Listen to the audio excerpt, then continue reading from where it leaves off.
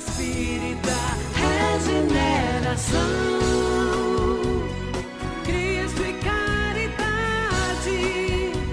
é o amor em ação. Vocês agora uma turma de Kátia Gomes, que vai falar sobre o tema, né, a lei de igualdade frente ao preconceito. Muita paz. Ou seja, gratidão pela oportunidade. Eu estou me sentindo no NEP e no Regeneração ao vivo. Quando eu vi Maria do Carmo, quando eu vi Simone, quando eu vi, né, todos esses, o Eide também, que eu acho que faz parte de lá, né, presencial, e alguns outros também. Quando a gente vai ali no domingo fazer aquela conversinha, que eu digo que palestra quem faz é Divaldo, Haroldo, Chico, a gente conversa, e aí toma aquele cafezinho ali, naquela lanchonete, nossa, espetacular. Eu me senti de fato lá, quando você estava fazendo o exórdio, Emanuel com um M, que logo terá dois, eu estava me sentindo já na casa, realmente. A gente recebe uma assistência espiritual muito grande, até porque o tema é um tema que ele já existe há mais de 200 anos, né? Essa lei de igualdade, ela vem perdurando, perdurando, perdurando, e a caminhada não é de ontem, não vai ser de hoje, não vai acabar amanhã. Talvez com esse coronavírus a gente melhore um pouquinho, né, ao solavanco, a gente evolua mais rápido. Se era para evoluir 10 anos, a gente consiga evoluir mais 20 anos à frente, e aí a gente consiga compreender essa tão chamada e esperada lei de igualdade, e que, de certa forma, dentro de mim, sempre eu tive essa, eu nem era espírita, de fato, né, eu já tinha essa compreensão de que somos todos iguais. E é tão interessante que é tudo tão natural, é tudo tão dentro da minha cabeça, como também eu não consigo conceber que nós sejamos pessoas para baixo, pessoas que, sabe, dentro da minha essência está isso. Então, nós temos uma estima, essa estima tem que ser elevada, precisamos ter autoestima e uma baixa estima. Então, eu sempre fui aquela que, por onde passei, sempre levei sorriso, alegria, e muitas vezes era reconhecida, ainda às vezes sou, como uma menina, uma moleca. Eu disse que maravilha, aos 49 anos estou me sentindo uma moleca, maravilha, então que eu continue, né? E a lei de igualdade é algo que já vem, né, no Evangelho, no Livro dos Espíritos, que depois eu vou conversar um pouquinho sobre ele, que tem lá, mas eu vou trazer uma contribuição que meu querido amigo mandou para mim, que eu estou aqui em Salvador, tá? Eu estou com colar de pérolas, então, assim, para bem representar a Bahia, né? Não tive a oportunidade ainda de ir à Mansão do Caminho, porque está fechada, mas tem um colega, né, um irmão cristão, que está lá, que próxima semana conseguiu que a gente fosse lá, dar uma passeada por fora, nada internamente, mas por fora, para que a gente possa sentir aquele ar, respirar aquela atmosfera que é em Salvador, mas é muito diferente. E aí, eu disse, vou colocar algo que a gente consiga entender um pouco, né, do que vamos passar. Então, eu vou ler um pouquinho e a gente vai conversando, vai discorrendo. Do ponto de vista jurídico, político, a igualdade é o princípio segundo o qual todos os homens são submetidos à lei e gozam dos mesmos direitos e obrigações, né? Então, segundo jurídicos, a questão política, a igualdade é isso que a gente tem perante as leis, né? E é uma norma constitucional básica que tem por escopo extinguir privilégios. Não vamos aqui ainda comentar nada, que a boca já fica doida para comentar, né? Porque a gente já fala e já vai vendo que não é de fato assim que a gente escreve o que está na lei, não é assim que se acontece, né? E aí, após o fim das atrocidades da Segunda Guerra Mundial, em 1945, algumas lideranças do planeta, né, sentiram necessidade de se instituir uma nova ordem internacional de proteção aos direitos humanos fundamentais e que tem sido compartilhada por vários povos. E a gente não fala da gente apenas, né? Não falar só de Recife, né? Nem de Pernambuco, nem do Brasil. É algo que expande, que é muito maior, né? Dos povos, olha, dos povos. Então, significa que é algo que está muito além, né? Só porque não é do Brasil. E daí surgiu a criação da ONU. A ONU que a gente escutou tanto nessa pandemia, segundo o conceito da ONU, tarará, tarará, Covid, assim, assada, enfim, a gente escutou muito isso. A Organização das Nações Unidas, que lançou em dezembro, no dia 10 de 1948, a Declaração Universal dos Direitos Humanos, cujo primeiro considerando coloca a igualdade como fundamento da liberdade, da justiça e da paz no mundo. Imagine, né? Veja como é lindo tudo isso, escrito no papel, escrito em normas jurídicas, escrito para uma organização mundialmente, que a gente não está falando aqui do Senado nosso, nem estamos falando da Assembleia, nem da Câmara dos Vereadores, né? Nós estamos falando de uma organização mundial, onde ela traz o direito de igualdade, em primeiro lugar, depois de liberdade, de justiça e de paz. É algo, assim, que a gente olha e a gente diz assim, meu Deus, aonde é isso? Né? É no planeta Terra. Isso aqui é planeta Terra, né?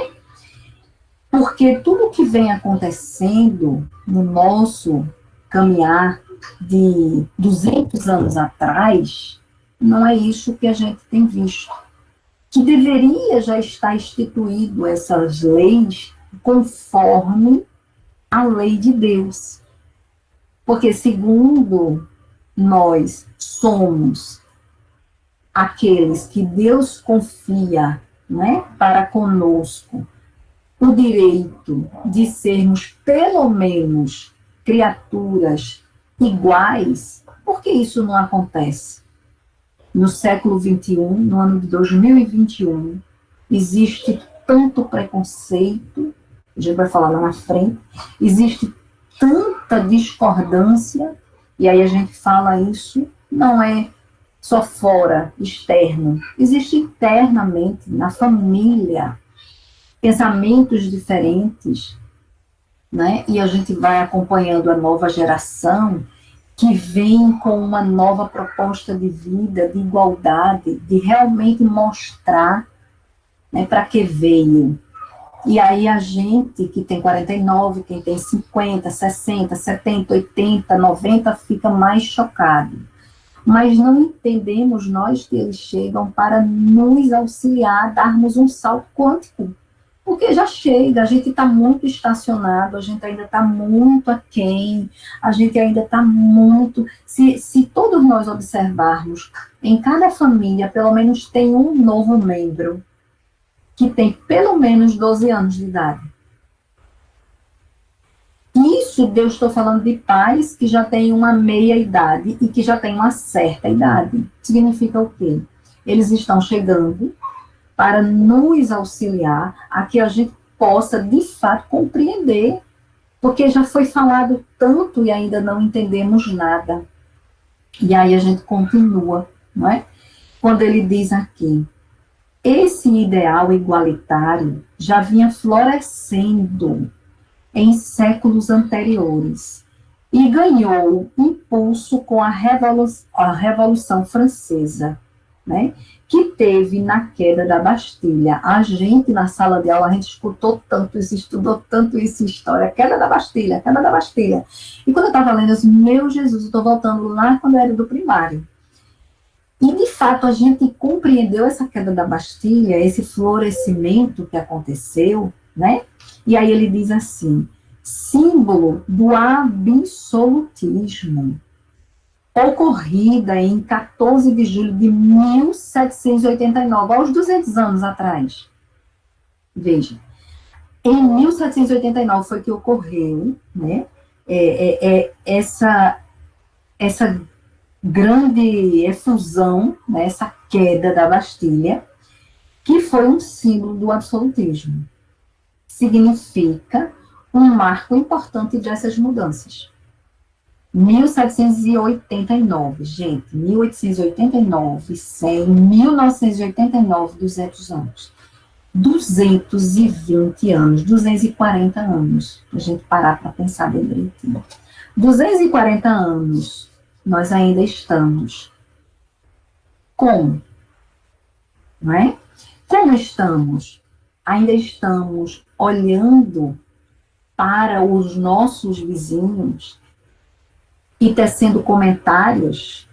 Nessa ocasião, anunciou-se o fim da servidão dos feudos e proclamaram-se os princípios universais da liberdade, da igualdade e da fraternidade. Gente, 240 anos atrás já se falava de fraternidade.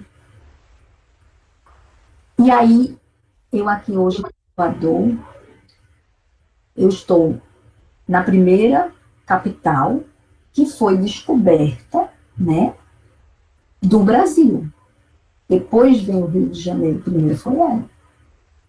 Se a gente olhar para esse povo aqui, sofredor, o povo muito escravizado daquela época, que ainda, quando você olha para trás, você vê ainda hoje, dias atuais, tanto preconceito, tanta discriminação entre os próprios.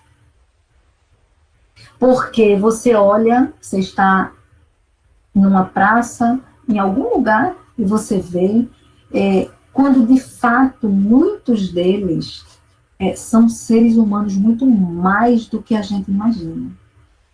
Intelectualmente evoluídos e moralmente evoluídos. São criaturas que, olha assim, eu fico babando, meu Deus, a tomar conta da natureza, a tomar conta dos animais, a tomar conta das criaturas que estão na rua passando fome. Então, mas ainda eles estão, ainda um pouco presos nas velhas crenças, ainda estão muito arraigados nessa cultura da servidão, da escravidão. Aproveitando que eles precisam mostrar, de fato, que eles são muito bons. Não é necessário, se todos nós aceitássemos como irmão que somos, né? Eu estou trazendo um pouco isso, porque, de fato, é o que me vem aqui, assim, em lembrança. E aí você começa a observar que esse lema foi atribuído a Rousseau, né? Rousseau, que é um nome, acho que isso é suíço, bem estranho, Rousseau. 1712 a 1778. Então, 1712 a 1778 foi na época do iluminismo. Foi ele o primeiro iluminista que influenciou o emérito pedagogo. Quem é esse emérito pedagogo? Não é? Quem é esse emérito pedagogo?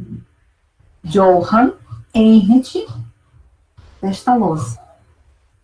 Veja, ele foi que influenciou Rousseau no ano que ele nasceu no ano 1712 e desencarnou em 1778. Foi ele, esse iluminista, que influenciou para a gente um pouco conhece Pestalozzi, né, bem na intimidade, que veio no ano de 1746, ele reencarnou, e aí desencarnou em 1827. E ele foi o diretor do famoso Instituto de Ensino de Yverdon, na Suíça. A gente está falando de uma criatura que nem imaginava, porque quando a gente reencarna, é apagado, né, o véu do esquecimento. Ele nem imaginava que quando criança poderia ser alguém que fosse um dia ser um marco. Nem o próprio iluminista imaginou que fosse um dia ser influenciador de alguém, que alguém influenciou outro alguém, que alguém distribuiu algo que permeia pelo mundo inteiro, né? E aí, há cerca de 15 anos depois, nascia na França, em Lyon, quem? Hippolyte Lyon Denisard Rivail, nosso querido, adorado e amado senhor Allan Kardec. No ano de 1804 até o ano de 1869, que estudou na mesma escola dirigida por Pestalozzi, que era o diretor fundador, o presidente da instituição, e que mais tarde se tornou o egrégio codificador dessa doutrina espetacular, que é a doutrina espírita, né, sob o pseudônimo de Allan Kardec. Eu gosto de chamar ele de senhor Allan Kardec. Influenciado pela espiritualidade superior e tocado pelos ideais iluministas, Kardec lançou no mês de abril, 18 de abril de 1857, em Paris, então, no centro da cultura mundial, a primeira obra básica do Espiritismo, nós já sabemos, está destinada a abalar os alicerces do mundo. Esse mundo contemporâneo, que estamos ainda nele, não é? E que vem com o livro dos Espíritos. Ele vem com o livro dos Espíritos porque ele vem nos trazer, e é onde eu entro agora, na lei de igualdade. Ele nos traz a lei de igualdade no capítulo 8º, né? Buscar, de fato, essa proposta para a gente, né? E eu vou ler aqui, para a gente passar um pouquinho mais a conversa, essa lei de igualdade, né? Ele traz no capítulo 9º, a 8ª lei, né? Desculpa, não é o capítulo 8º, é capítulo 9º, a 8ª lei, que é a lei de igualdade, ele traz na questão 803, igualdade natural. Todos os homens são iguais diante de Deus. Veja, um iluminista, que por sua vez não tinha religião, coisa nenhuma, que foi orientado pela espiritualidade superior para trazer uma proposta, aonde ele começa a nos trazer, 240 anos atrás, né, uma lei de igualdade e fraternidade. Aí veja, igualdade, justiça e fraternidade. Sem esquecer que ele também traz a lei da paz. Essa paz que a gente tanto procura, que Jesus diz que a paz, ela está dentro de nós, né? Não no mundo a dar, como ele também. Né? Então, a paz está dentro de nós. Né? E aí ele diz o seguinte, vou ler novamente a pergunta: todos os homens são iguais diante de Deus? Sim, todos tendem ao mesmo fim, e Deus fez suas leis para todos. Dizeis frequentemente, o sol brilha a todos. Com isso, dizeis uma verdade maior e mais geral que pensais. E aí diz o seguinte: todos os homens serão submetidos às mesmas leis da natureza? Todos nascem com a mesma fraqueza. Estão sujeitos às mesmas dores e o corpo do rico se destrói como o do pobre. Portanto, Deus não deu a nenhum homem superioridade natural, né? Nem pelo nascimento, nem pela morte. Diante dele, todos são iguais. Depois a gente volta para conversar um pouquinho sobre esse livro, e aí a gente começa a entender que essa lei de igualdade, ela existe de fato, né? Está lá, aonde? Está escrita onde? Em nossa consciência. E como é que a gente não acessa a nossa consciência para entender que somos todos iguais? Né? Eu que venho de uma família muito mista, que eu digo mista porque é bem misturada, é negro, é índio, é espanhol, é árabe, gente, é tanta coisa que se eu for falar que eu vi é todo. Eu nem tenho cor definida, disse assim, que cor é a sua? Amarela. Ainda eu sou do interior de Caruaru, então a gente diz que é o enxofrado, o amarelo enxofrado. Que é aquele amarelo que não tem cor, que está encardido. Entende? Então, se todos nós somos iguais, todos nós somos irmãos, por que nós não conseguimos entender que cada um tem direito, mas antes de ter o direito, tem o dever? Então, quando a gente não compreende que eu tenho o dever de ir, mas eu também tenho o direito de deixar o outro se expressar, como o outro tem o direito de deixar que eu me expresse. É onde está o grande conflito, infelizmente, das várias religiões e das várias formas, como é que eu posso dizer, títulos, né, de graduações, como a sociologia, como a psicologia.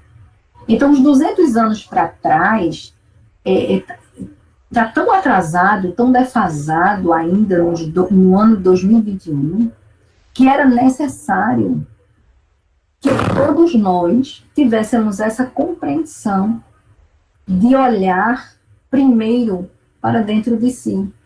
Por que Joana de Ângeles, antes dela veio Emmanuel? Emmanuel nos trouxe tanta informação, mas a gente não consegue entender. A gente prefere bloquear e boicotar a nossa mente. E dizer assim, mas eu não sei, eu não consigo entender nada que Emmanuel escreve. Nossa, aquele livrinho pequenininho, Pensamento e Vida, ele é demais. Acho fantástico, mas não entendo nada daquele livro. Ele se deu o direito, não, ele nos deixou um legado, uma cartilha, e ainda nos trouxe outra chamada roteiro. Eu gosto sempre de dar esse exemplo. Traz um que é pensamento e vida, porque tudo que a gente pensa se transforma em, de fato, vida, e traz outro que é um roteiro a seguir. A gente é tão acomodado, o ser humano ainda, que ele não consegue nem sequer se entender.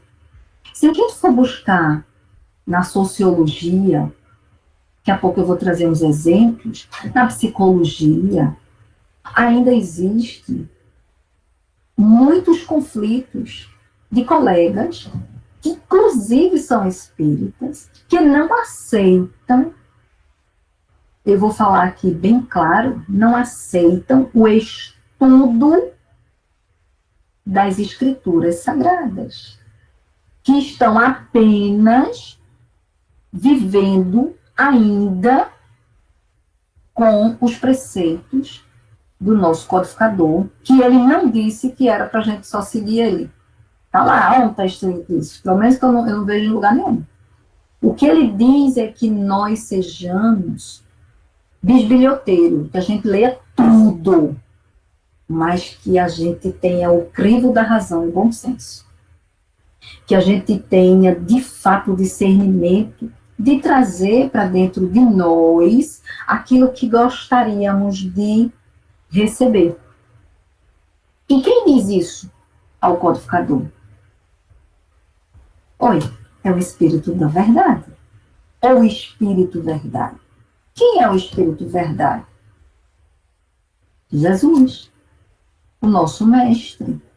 Se ele veio e trouxe 3, 4, 5, pouco importa. Se ele trouxesse só uma linha, para mim, eu já ficava satisfeita. Escrito na codificação, significa que nós ainda precisamos olhar muito para dentro de nós.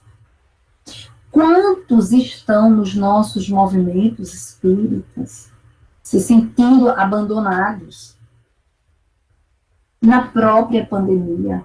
Não estou falando daquele que precisa de um alimento para comer, daquele da instituição que recebe da promoção social. Estamos falando daqueles, de fato, que estão dentro das casas religiosas, das casas que, de fato, se dizem espíritas, que são as casas que permeiam o caminho aonde a gente está fazendo a ajuda ao próximo. E quantos a gente vê dentro das nossas próprias instituições desamparados? Mas não é desamparado de fome, não é desamparado de afeto, de colo. Não, é desamparado de fato de conscientização, de respeito.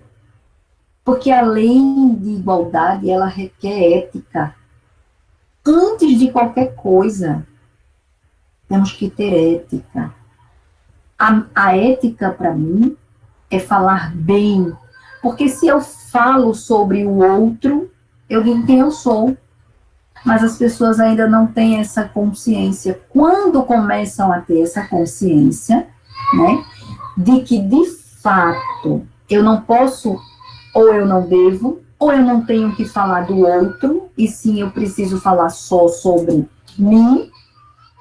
Quando eu faço esse movimento, né, para dentro, que é o que Joana de Ângeles vem nos trazendo, que nosso querido Emmanuel nos trouxe, e que ninguém entendeu, ou que pouquíssimas pessoas entenderam.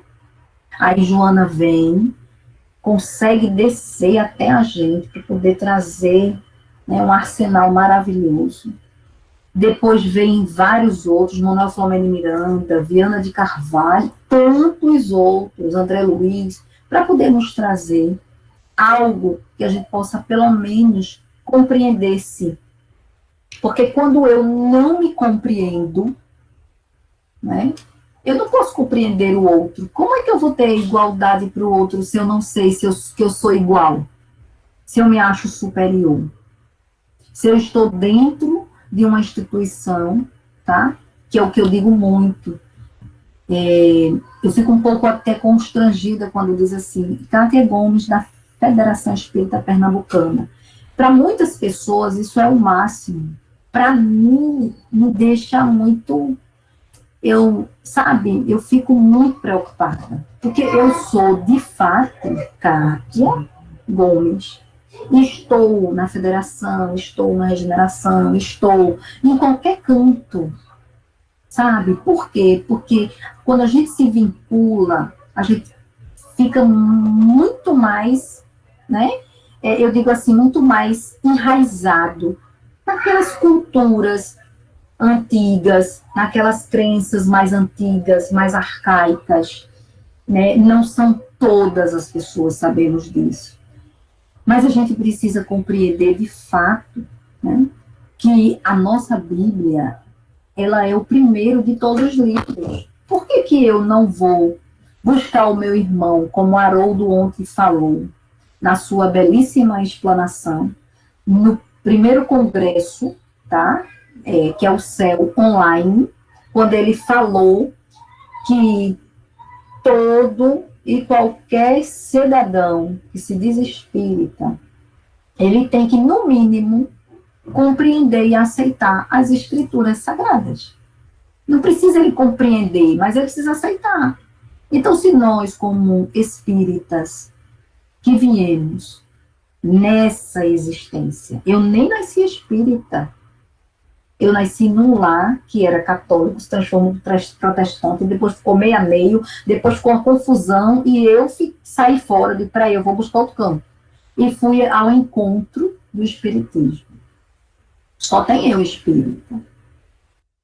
Então, como espírita, hoje convicta, porque foi difícil para mim ter essa convicção, porque também não é fácil você vindo no movimento, você vem de uma família de pastores, de pastoras, de várias pessoas que pregam o evangelho e que entendem muito mais da Bíblia do que eu.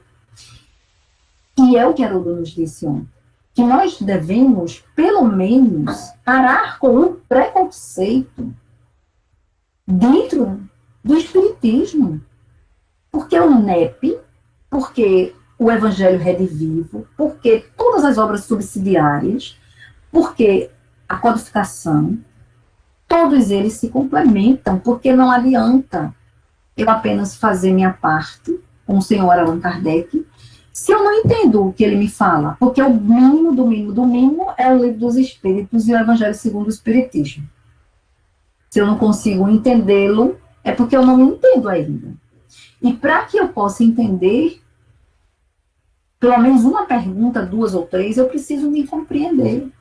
E eu vejo que no nosso movimento tem muita gente como zumbi, andando, repetindo, sem saber o que está fazendo. E a melhor coisa do mundo é a gente olhar-se, né? Olhar para dentro de si. Porque a gente não consegue gerar o preconceito. O preconceito já diz, é um pré. Tudo que eu tenho pré, eu faço antes. Se eu faço antes, é porque eu não conheço. Se eu começar a conhecer, a ler, a entender, eu vou, pelo menos eu vou ter algo com embasamento e dizer, né, olha, a gente pode conversar aqui, discutir um pouco sobre isso. Quando a gente não lê nada, a gente não pode nem ter preconceito. Mas, infelizmente, o preconceito vem da ignorância. O preconceito vem da ignorância, de fato, de todos aqueles que não têm nenhum interesse em se melhorar.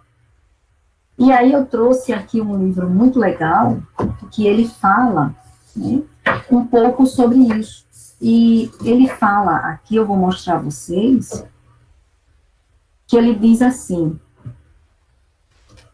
esse livro, talvez vocês já conheçam, né? Ele já tem mais de 20 anos. É um livro de Viana de Carvalho, de Valdo Franco. Esse livro foi 2000 e alguma coisa, né? Não sei, aqui eu vou olhar, mas ele tem uns 20 anos, certo? E ele fala aqui o seguinte, ele fala assim que, deixa eu só procurar aqui rapidinho, pronto, aqui, eu vou ler a parte que tem, que é o 7. É possível pensarmos que a desigualdade social, foco central de estudo da sociologia, será superada? Como?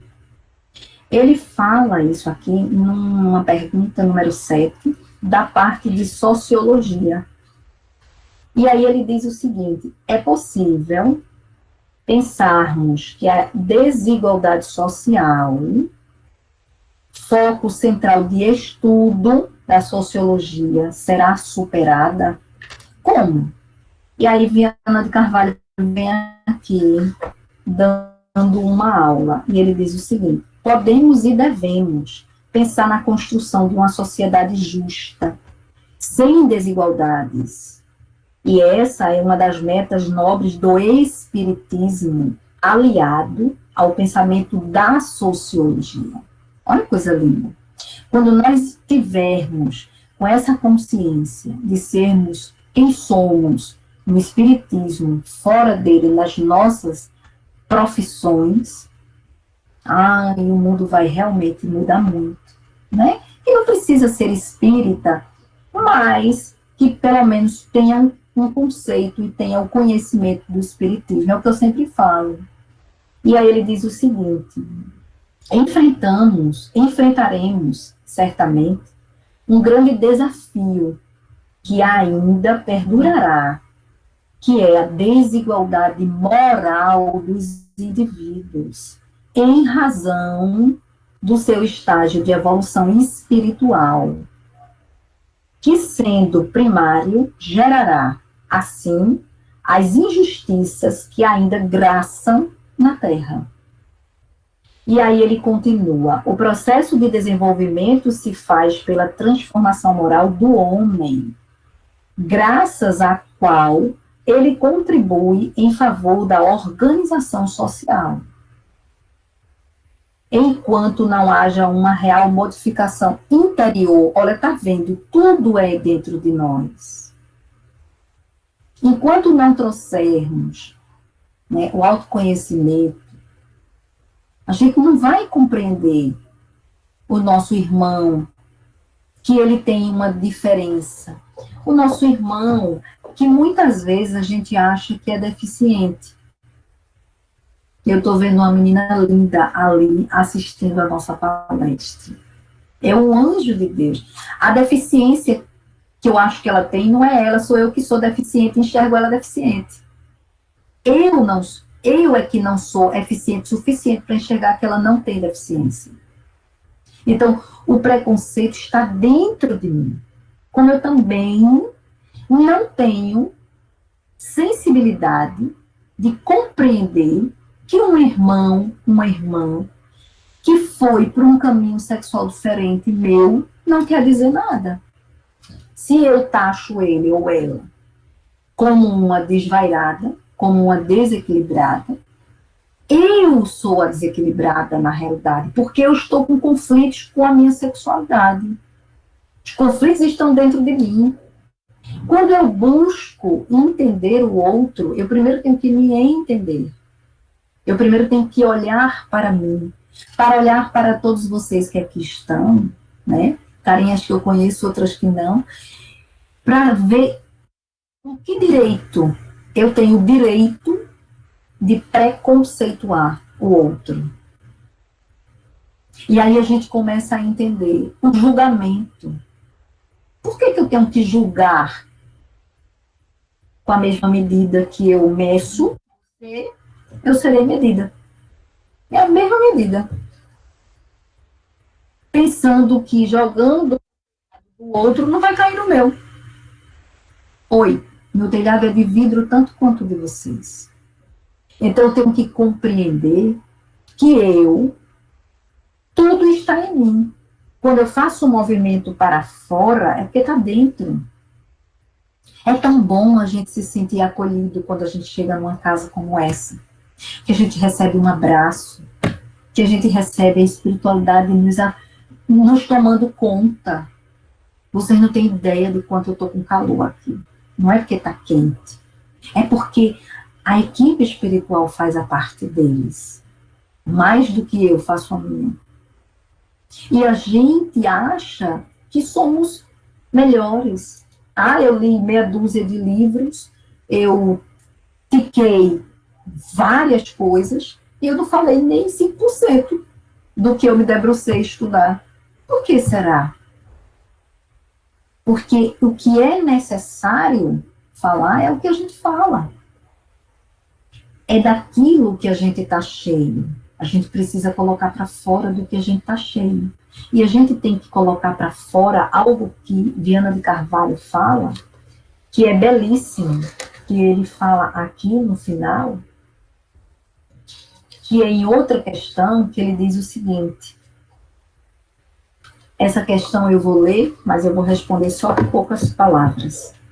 Qual ou quais as técnicas novas de controle social que poderiam ser desenvolvidas para minorar ou acabar com este grande surto de comportamento divergente no Brasil e no mundo? Veja, coisa linda. Surto, né? O que é? A grande e desconhecida técnica que pode modificar os fatores degenerativos e perturbadores do organismo social é a que decorre do amor. Só o amor pode fazer qualquer coisa. Só o amor, de fato, né, é que constrói. E constrói justamente isso que eu estou vendo aqui, essa criança linda que está ali com a mãe, ou com a avó, ou com alguém, que eu tenho certeza que ela dá muito amor, mas do que recebe. Embora que nós, que temos familiares, parentes, que a gente sabe que são aqueles que vêm para nos fazer desenvolver mais ainda o amor, a gente ama incondicionalmente, mas eles nos amam mais. Então, isso é o que de fato nós precisamos compreender. Muitas vezes nós não temos em nossas famílias pessoas, né, que têm outros comportamentos.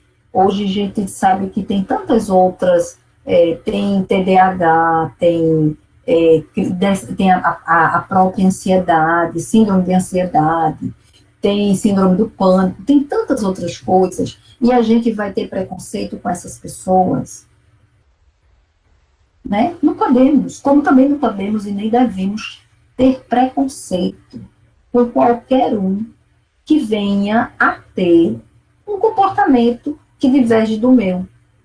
Porque se diverge do meu, é porque ele está querendo me chamar a atenção para alguma coisa.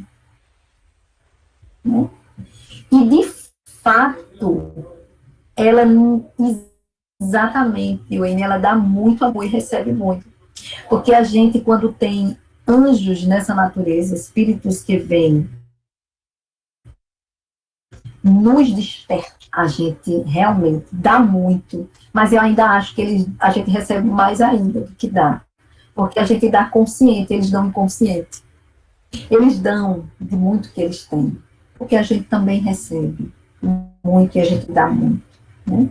Então, essa questão do preconceito é algo que a gente precisa ter o máximo de cuidado, de consciência. E ainda ele diz aqui, ainda naquela pergunta, né, referimos-nos ao amor no seu sentido mais profundo, aquele que estabelece paradigmas de deveres e de respeito aos próprios, como os direitos alheios.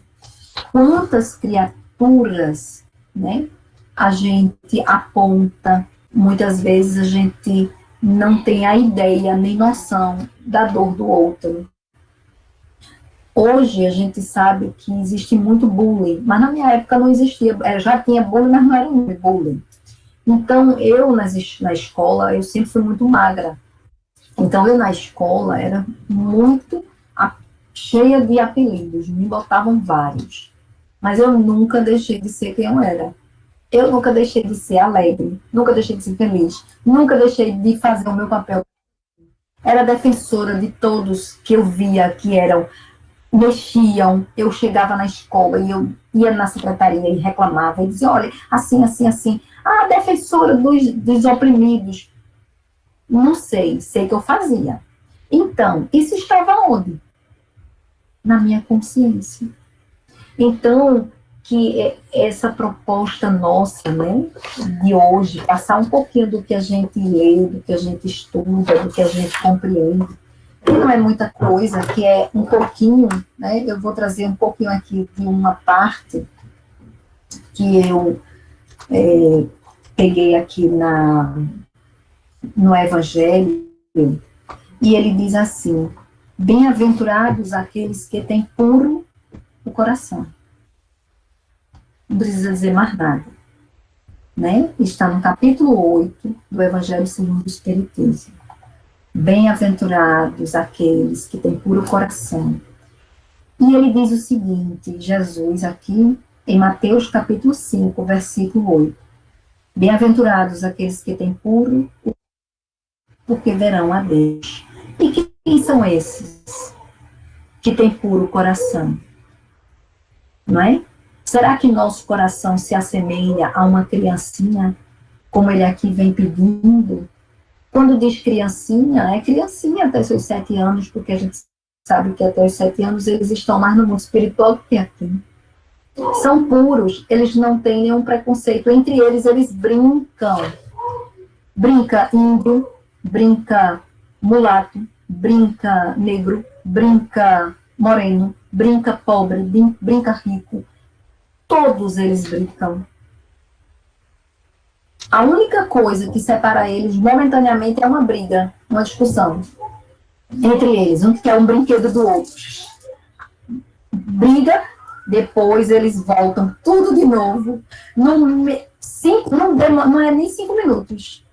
Voltam. E quando eles voltam, e ali estão de novo todos juntos. Por que nessa pandemia a maior preocupação de levar as crianças para a escola? Porque sabe que eles vão trocar as máscaras, vão dizer, olha, minha máscara, coloque em tudo, coloque você, olha, é do super-herói, olha, de máscara agora eu estou igual o Batman, estou igual... Imagina, eles não têm. Então é essa pureza que Jesus pede para que nós tenhamos, né? É pureza de coração, essa pureza de fato, né? Que hoje nos falta por conta de tantas coisas. Mas vamos procurar, né, melhor, vamos procurar nos olhar, nos enxergar, fazer o exercício de olhar para si, aquela criancinha que a gente tem dentro da gente. Hoje eu saí, para a gente finalizar, a uma praça que tem aqui em Salvador, com o filho, o neto, a filha e a filha, né, também que é filha do meu filho, mas é filha da minha nora. E a gente foi pra praça, eles andaram de bicicleta, brincaram e correram, e a gente fica criança, isso é muito bom. Isso é excelente, não tem coisa melhor do que isso. É você voltar a ser o que você é, não deixar de ser. Porque a ranzinzice deixa a gente feio, mal-humorado, deixa a gente horroroso, deixa a gente com o nosso semblante ficar pesado. Não. Olhar para todos aqueles, a gente vê os casais hoje, homens e mulheres, mulheres e mulheres, homens e homens. A gente tem que olhar e dizer, meu Deus, que coisa interessante. Quer dizer, eu sou hétero, mas eu nem sou assim com o meu cônjuge, nem o meu cônjuge é assim comigo. Tenho inveja daqueles, porque aqueles de fato são almas afins que se encontram. Então, é olhar para todos com amor, com total resignação, fraternidade. Eu não tenho outra palavra a não ser essa, fraternidade. E o amor, ele cobre toda a multidão de pecados, né? Gostaria de agradecer pela oportunidade, passou tão rápido, né? Que pra gente que fala, passa muito rápido, para quem está assistindo, fica meio agoniado, mas é o que nós podemos contribuir no momento. Espero que vocês possam, de fato, aumentar mais, né, trazer para o dia a dia de vocês essa proposta de sermos iguais, porque o que nos dá igualdade não é apenas o nome igualdade, a lei de igualdade não é. O que nos dá igualdade é sermos geneticamente um DNA único. Somos todos iguais, somos irmãos, né? Somos todos em uníssono. São mais de 7 bilhões de habitantes no planeta Terra, todos com o mesmo DNA. Então, por que discriminar? Não é verdade? Que Deus abençoe, ilumine e proteja. Que Jesus derrame bênção sobre a instituição e todos vocês que comandam, que estão ali à frente. Vamos sair dessa mais fortalecidos e mais amoráveis uns com os outros. Gratidão. Grupo Espírita.